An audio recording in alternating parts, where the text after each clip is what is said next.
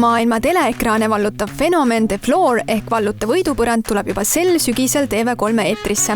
Kui ma ei eksi, on tegemist läbi ajaloo Eesti telemaastikul kõige suurema võistlejate ehk mängijate arvuga telemäng ajaloos. Platsile ehk siis sellise spetsiaalsele LED-ekraanidel põhinevatel ruutudel asuvale mängupõrandale tuleb kokku 35 mängijat. Mängu eesmärk on vallutada kogu põrand ja viia koju kopsakas auhinnaraha. Reeglid on lihtsad. Üks mängija esitab väljakutse mõnele tema kõrval asetsevale võistlejale.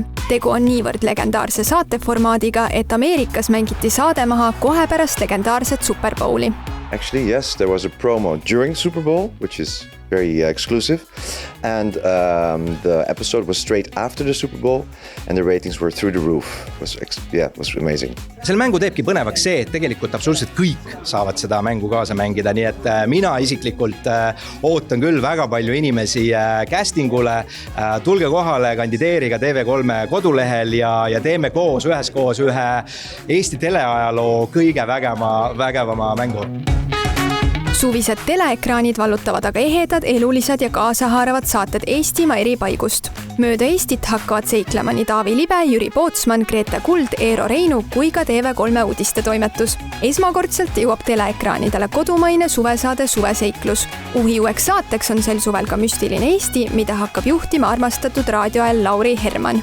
Meie füüsika on nii vähe arenenud, et me ei oska neid asju lahti seletada, aga just seetõttu me olemegi võtnud oma paati ka oma ala asjatundjad, spetsialistid, teadlased, et palun seletage lahti, mis asjad need meie ümber tegelikult toimuvad. Miks peaks ikkagi suvel telekate jõudes just TV3 vaatama? Sel suvel on TV3-s väga palju erilisi suveseiklusi, väga palju saatejuhte seikleb mööda Eestit ringi ja toob teie juurde koju just need vihjed ja need põnevad lood Eesti inimestest. Kas spordisõbrad saavad sel suvel rõõmustada, sest näha saab nii rallit kui ka korvpalli?